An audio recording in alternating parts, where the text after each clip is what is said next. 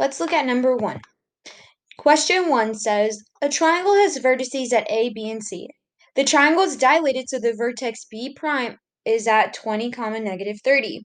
Which algebraic representation represents the dilation? So if you remember, so here they give us vertex B prime at 20, negative 30.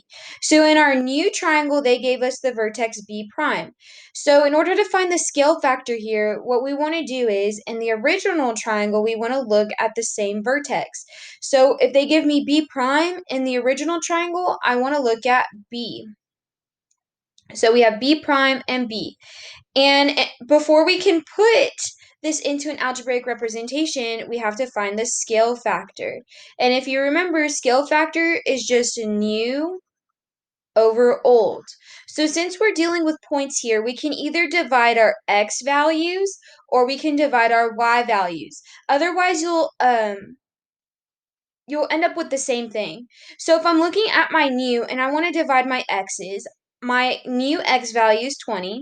So my new equals 20 over my old, which is 4. And we know that 20 divided by 4 equals 5. This is if you did the x values. If you would have done the y values, you should end up with the same thing. My new y value was negative 30. And my old y value is negative 6. And negative 30 divided by negative 6, well, that equals 5. If you see here, we get the same thing.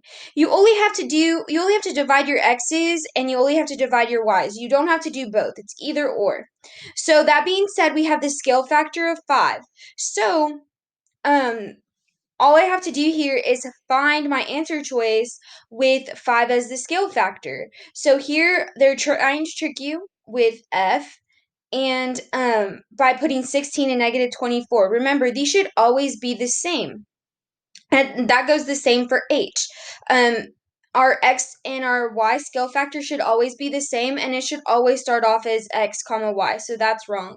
And then we're left with G and J. Well, again, we have to have the scale factor of 5, and J has a scale factor of 1 over 5, so that's wrong, so which means G is our answer.